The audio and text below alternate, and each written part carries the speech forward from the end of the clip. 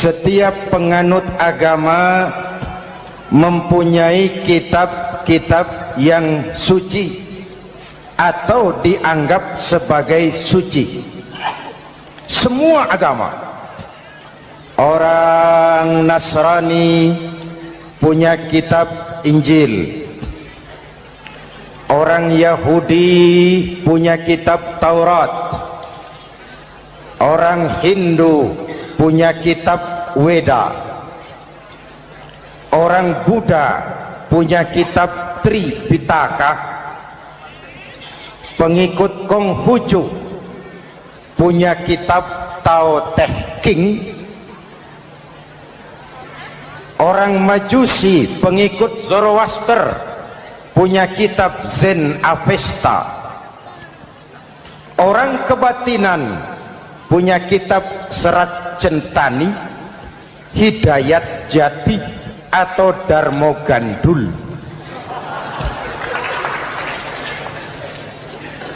Kita umat Islam oleh Allah diberikan Al-Quran yang kita yakini sebagai kitab suci. Kunaon?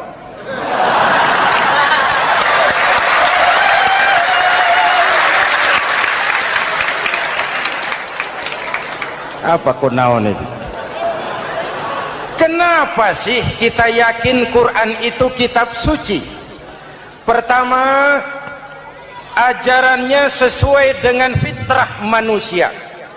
Suatu kitab dinamakan suci kalau konsep ajarannya sesuai dengan fitrah. Contoh, ini laki-laki ini seneng nggak sama perempuan? Normal. Kalau nggak seneng saya ragu-ragu. Perempuan seneng nggak sama laki-laki?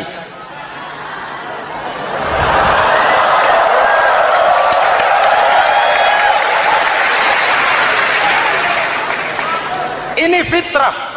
Laki-laki suka perempuan, perempuan suka laki-laki. Quran memahami itu. Hai laki-laki, kau senang dengan perempuan. Hai perempuan, kau suka dengan laki-laki. Oke, lewat sini, lewat pintu yang disebut nikah. Kalau kitab suci melarang nikah, itu bertentangan dengan fitrah manusia. Maka dalam Quran, mulai dari umat sampai ulama dan segala profesi dianjurkan nikah. Kalau kiai tidak boleh nikah, saya pilih mengundurkan diri, Pak.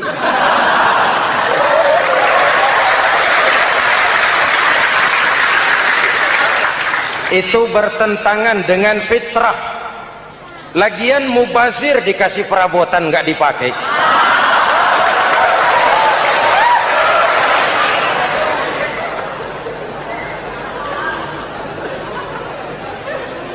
Fitrah. Contoh lagi, manusia perlu makan. Kalau ada kitab suci menyuruh puasa terus dari pagi sampai sore sampai malam sampai pagi lagi, eta teh kitab gelo.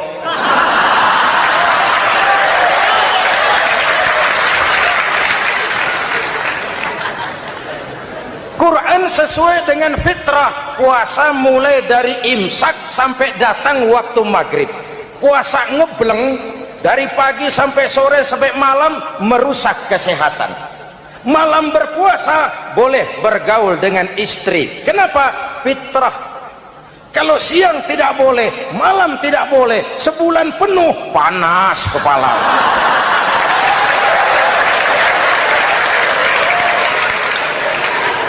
Rontok rambut. Hadirin yang saya hormati, itu yang pertama. Yang kedua, kita yakini Quran sebagai kitab suci karena isinya tidak saling bertentangan, konsekuen, konsisten.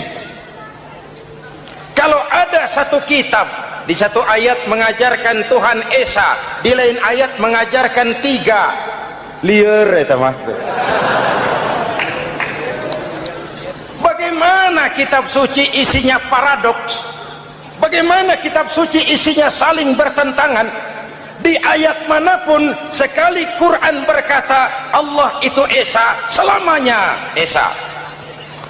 Isinya tidak saling bertentangan. Lalu yang ketiga, kita yakini Quran kitab suci karena dia bersih dari intervensi manusiawi.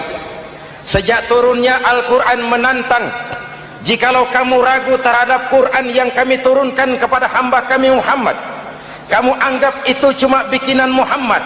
Kalau Muhammad bisa, kamu tentu bisa. Baik, bikin satu surah semacam Al-Quran. 14 abad yang lalu tantangan ini turun dan sampai malam ini belum terjawabkan. Pak, barangkali tidak ada yang mau coba. Banyak. Antara lain Musailamah Al-Kazzab, dia mencoba membuat menandingi Al-Quran.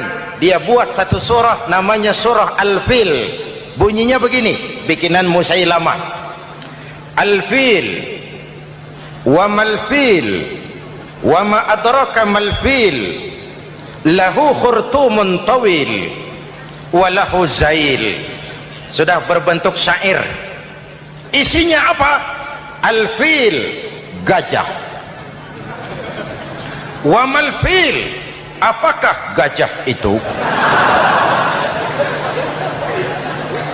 Wa ma adraka mal-fil, tahukah kamu apa itu gajah?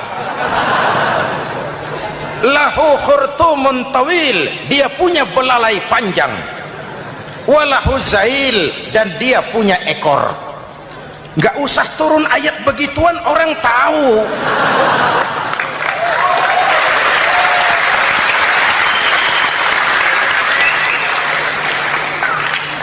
Kalau redaksi mendekati, maka isi jauh panggang dari api. Kitab suci bersih dari campur tangan manusiawi. Maka Al-Quran, ke bahasa apapun dia diterjemahkan, naskah aslinya tetap ikut. Dia boleh diterjemahkan ke bahasa Sunda, bahasa Jawa, bahasa Padang, bahasa Inggris, bahasa Jerman, bahasa Belanda, naskah aslinya tetap ada. Kenapa? Bahasa ke bahasa perbedaannya sering frontal. Kalau dari gelas menjadi gelas, eta mah caket. Dari lem menjadi lampu, itu masih serumpun. Tapi cokot Sunda dengan cokot Jawa itu jauh bedanya. Atos Sunda dengan atos Jawa itu jauh. Ulama Sunda sama ulama Jawa nggak pernah akur kalimat atos ini.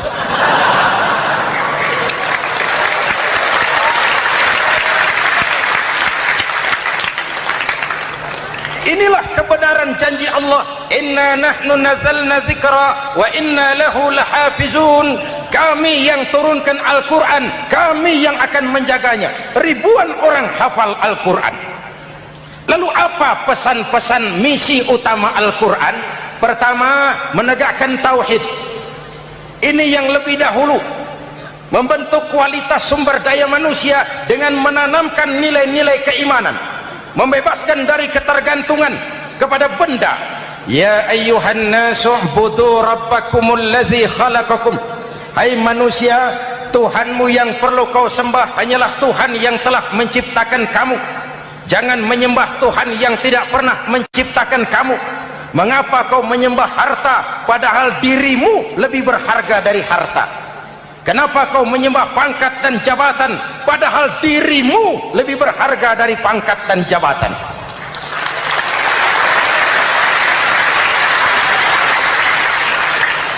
Diajak rasio berpikir, Tuhanmu yang perlu kau sembah hanyalah Tuhan yang menciptakan kamu. Dan Tuhan yang menciptakan kamu itu Tuhan yang lam yalid walam yulad, yang laisa kamislihi syai'un. Dan itulah Allah subhanahu wa ta'ala. Ayo orang teh, ayeuna teh boleh pakai teh. Ayeuna teh, kita teh kalau kepada syirik jali, syirik yang terang-terangan, insya Allah tidak. Nyata-nyata menyembah berhala, tidak. Nyata-nyata menyembah pohon, tidak. nyata-nyata berkeyakinan Tuhan lebih dari satu? Tidak. Tapi kita sering terjebak pada syirik kecil, syirik khafi, syirik yang tersamar. Saya sejak pakai cincin ini, jangankan anak gadis, nenek-nenek ngelihat saya cincin. Jangankan anak gadis, nenek-nenek lihat saya lemes cincin. Ini saya sejak ada perkutut rumah ini dagang lancar perkutut.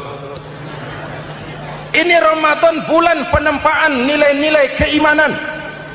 Misi utama Quran menegakkan tauhid, memerangi kemusyrikan, membebaskan manusia dari ketergantungan kepada benda. Dari situ kualitas sumber daya manusia dimulai. Saya sering ungkapkan selama ini sistem pendidikan kita cuma mengisi otak, bukan membentuk watak. Otak diisi segala macam ilmu, tapi hati kosong, agama rapuh, akhirnya moral rendah. Muncul manusia-manusia yang pintar, cuma sayang tidak benar. Indonesia kita bangkrut, Indonesia kita terpuruk, Indonesia kita sakit sekarang ini kan ulahnya orang-orang yang pintar tapi tidak benar.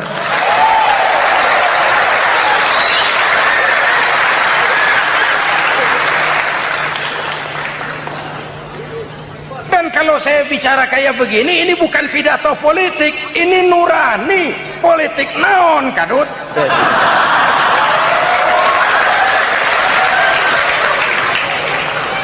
Ini nurani, ini tanggung jawab sebagai anak bangsa. Ibu bapak, saudara-saudara hadirin yang saya hormati, Rasul kalau masuk sepertiga yang akhir, sing-singan baju, hamparkan sajadah, lebih banyak di masjid daripada di rumah. Itu Rasul.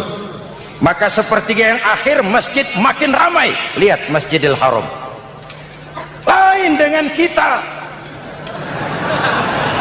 Sepertiga yang akhir masjid mulai mengalami kemajuan. Safnya makin maju.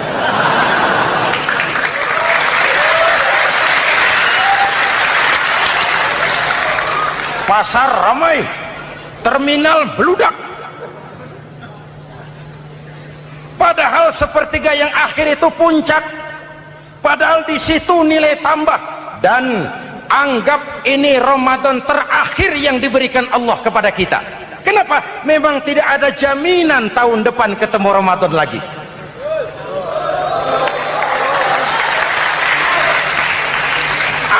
Ini Ramadan terakhir yang diberikan Allah kepada kita. Tidak ada jaminan tahun depan Ramadan akan ketemu lagi. Tidak ada jaminan. Manfaatkan pelukan pemutihan. Semua kita melakukan introspeksi. Tidak tahu kita Ramadan tahun depan nanti masih ketemu apa tidak. Sebagaimana kita tidak tahu kita masih hidup atau tidak. Hadirin yang saya hormati, misi kedua Al-Quran, persaudaraan, kebersamaan atas dasar keadilan dan kebenaran. Manusia bersuku-suku, ya. Manusia berbangsa-bangsa, memang itu diakui oleh Al-Quran. Min dzakari wa untha wa ja'alnakum syu'uban wa qabaila. Kami ciptakan kamu dari laki-laki dan perempuan. Kami jadikan kamu bersuku-suku dan berbangsa-bangsa. Apa tujuannya? Agar kamu saling mengenal satu dengan yang lain.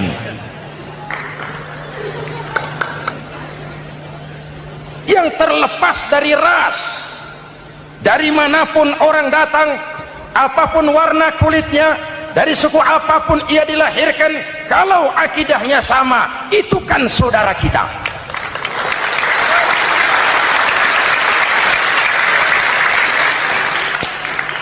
Seperti di masjid, kita tidak peduli dari mana kita datang. Yang datang dari kidul, madhab ngulon mang. Yang datang dari sebelah lor, madhab ngulon mang. Yang datang dari sebelah wetan, madhab kulon mang. Yang datang dari kulon, madhab ngulon. Bukan soal dari mana kau datang, tapi satu arah menghadapmu. Kau mau Betawi, mau Sunda, mau Jawa, mau Padang, mau Aceh, mau Batak, mau Ambon, kita satu nusa, satu bangsa, satu bahasa. Marilah kita jadi lem perekat buat lingkungan kita di saat keutuhan kita sebagai bangsa sedang dalam ujian berat. Semangat kebersamaan atas dasar keadilan. Tidak ada mayoritas menekan minoritas. Umat Islam itu kalau besar dia mampu melindungi yang kecil, kalau kecil dia bisa menjaga diri. Tiap sholat Jumat khatib berpesan pada akhir khutbah kedua, innallaha ya'muru bil adli wal ihsan, innallaha ya'muru bil adli wal ihsan. Allah memerintahkan kamu menegakkan keadilan dengan argumen, bukan dengan sentimen, mengajak bukan mengejek, merangkul tidak untuk tujuan memukul. Kalau sebagai bangsa kita utuh, kompak dan bersatu, saya yakin kita akan bisa mengatasi kesulitan-kesulitan sekarang ini.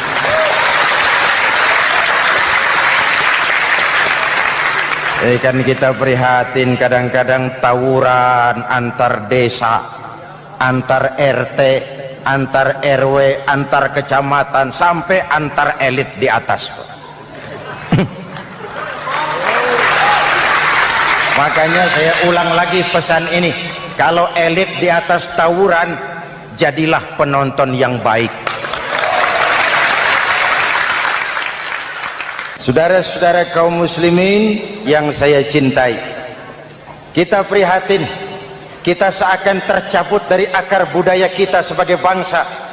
Kenapa kita yang berfalsafahkan Pancasila, kenapa kita yang berketuhanan yang Maha Esa tiba-tiba jadi beringas dan brutal?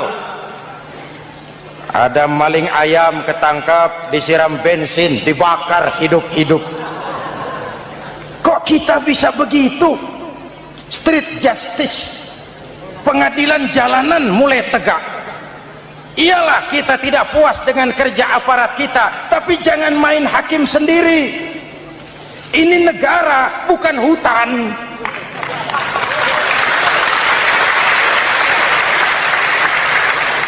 Jangan mencegah kemunkaran dengan menegakkan kemunkaran baru.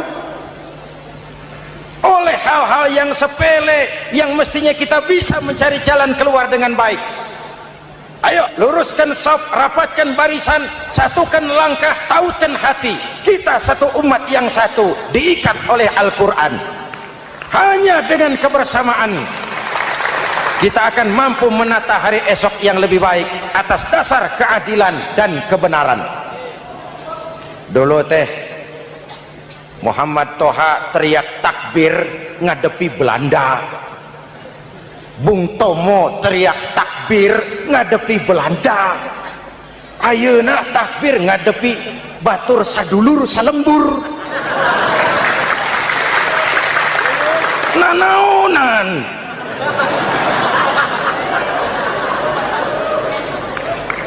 Bung Tomo teriak takbir, Muhammad Toha teriak takbir, yang dihadapi jelas penjajah Belanda. Kita ngadepi saudara sendiri, Allahu Akbar, yang sana teriak Allahu Akbar, setan tepuk tangan di tengah.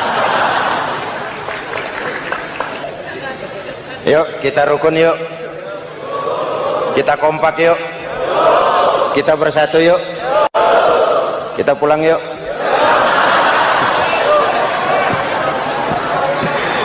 Ini misi kedua. Misi yang ketiga, Al-Quran membebaskan manusia dari gaya hidup sekuler. Quran mengingatkan, awas bung, ada hidup sesudah mati, ada akhirat sesudah dunia. Lebih untung orang yang percaya akhirat daripada yang tidak. Paling tidak hidupnya normatif. Contoh, saudara yakin akhirat ada, lalu saudara hidup baik-baik, menjauhi yang munkar, meninggalkan yang haram, saudara sujud, puasa, jihad, lalu saudara mati. Setelah mati ternyata akhirat tidak ada ruginya. Paling kurang kita sudah dicatat sebagai orang baik. Sebaliknya, saudara tidak percaya sama akhirat, lalu hidup seenaknya, judi, mabuk, zina, nipu orang, korupsi, tenggelam dalam kemunkaran, lalu mati. Setelah mati ternyata akhirat ada. Baik, kemana anjen? Lebih untung orang yang percaya akhirat ketimbang yang tidak. Hidupnya ada rem. Iya Pak, saya kepengen banyak uang, tapi kalau main judi nanti di akhirat bagaimana?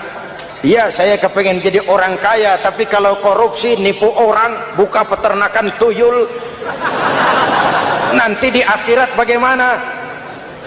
Gaya hidup yang berkeseimbangan. Ada hidup sesudah mati dan ada akhirat sesudah dunia. Yang keempat, Quran membebaskan manusia dari belenggu kebodohan.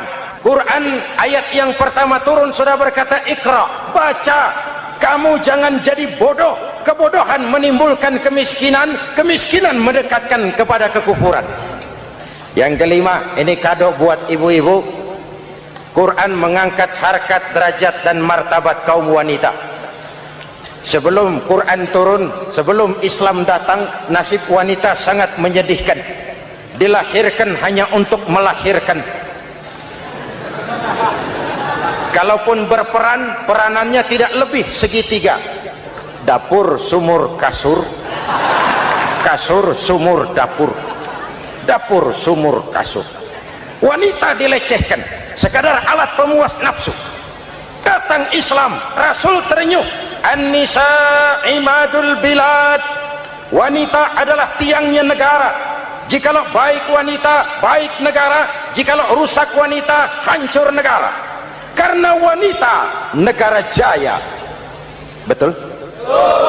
Karena wanita, negara hancur. Betul? Maka wanita adalah bidadari yang kadang-kadang setan. Kadang-kadang.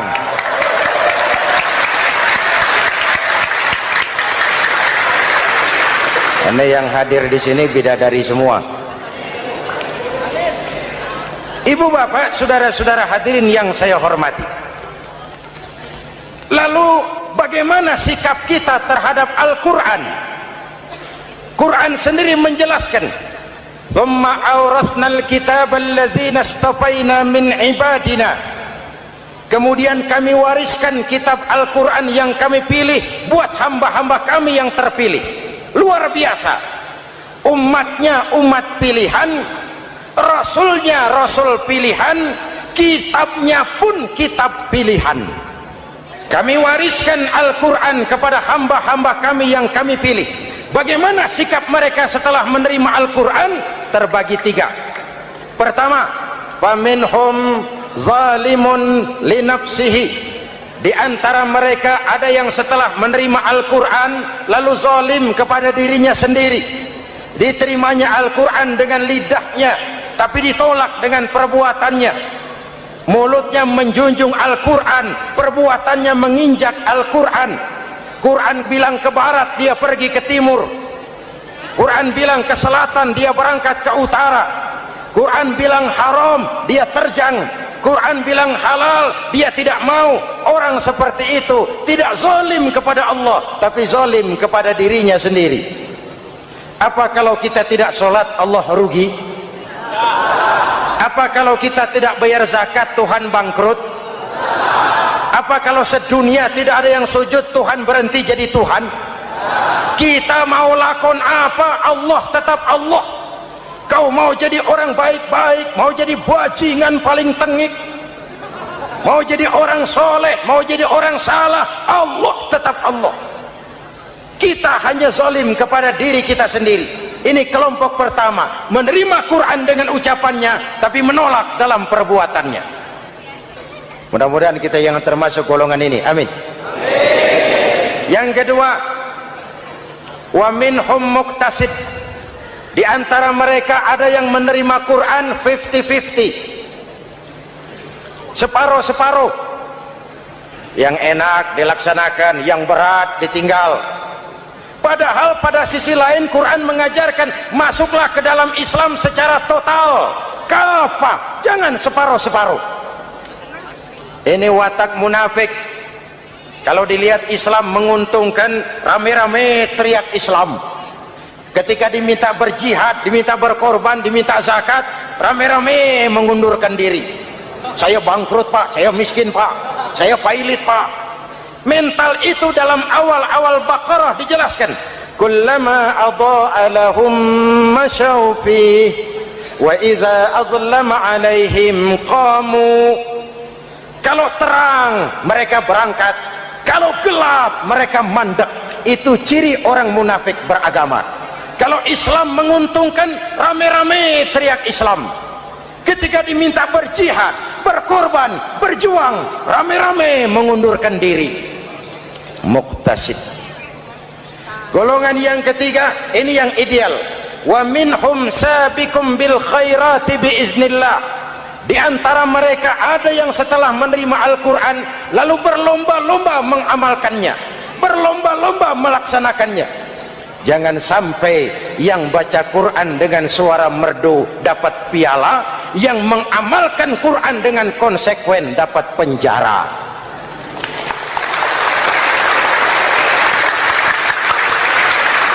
Itu ironi, itu menyedihkan, itu memilukan, dan itu memalukan. Pilihan terserah kita. Satu hadis Rasulullah mengajarkan begini: man ja'alal qur'ana amamahu qadahu ilal jannah wa man ja'alal qur'ana khalfahu saqahu ilan nar. Siapa yang meletakkan Quran di depannya, dijadikannya Quran sebagai imam, Quran akan membimbing dia ke surga, surga dunia, lebih-lebih surga akhirat. Sebaliknya, siapa yang meletakkan Quran di belakang, dibelakanginya ajaran Quran, Quran akan mendorong dia ke neraka, neraka dunia, lebih-lebih neraka akhirat. Quran imam apa makmum? Kita makmum apa imam? Makmum ikut imam apa imam ikut makmum? Makmum ikut imam. Jikalau Quran adalah imam, jikalau kita adalah makmum, ke barat kata Quran, ke barat kita berangkat. Ke timur kata Quran, ke timur kita menuju. Halal kata Quran, itu yang kita ambil.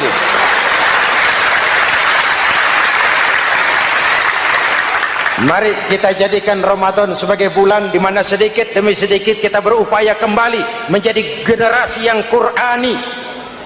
Rasulullah pernah ditanya, kalau Tuhan wafat ya Rasul, kemana kami minta nasihat? Aku tinggalkan kamu dua nasihat, satu yang diam saja, satu yang bisa bicara. Yang bisa bicara apa ya Rasul? Al-Quran. Minta nasihat Quran. Yang diam saja apa ya Rasul? Maut.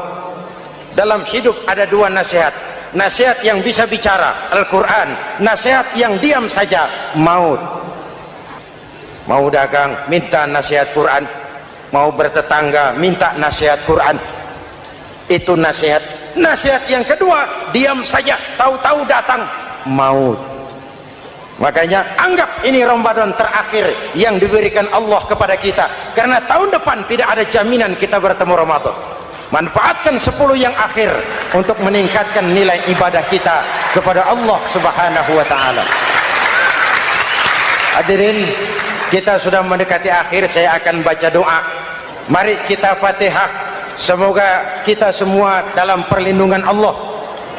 Ala hadhihi niyah wa ila hadratin Nabi. Al-Fatihah.